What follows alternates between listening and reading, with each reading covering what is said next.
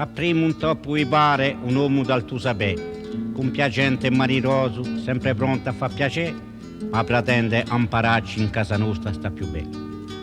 A certuni face impressione qui i soldi e i lanari, se non ne ha da bere lo Stato arrangia l'affari e li là tutta vantaggi ricusati a nostri pari. Conosce tecnica e pratica imparata alle alte scuole, in corsi con ci hanno fatto che il governo ne vuole e così ognuno dice è grand'uomo e noi vistiole. Se lo sente parla a corso a pinza dando lo muso, queste sono faccende anziane ci vuole a perdere l'uso e quanti a vuole far panni a lo prendo rocco e fuso.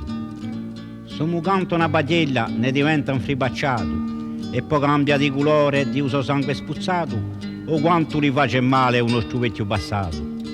Non c'è popolo né nazione con sia di uso paese e ciò che l'umanità puntileggia le sorprese sa anche pensa per noi, le altre idee sono difese. Ma non sa mica che qui non ha potuto impone sintomi o fatti contrari allo spirito di rugione, solo accettiamo da ello un atto di contrizione.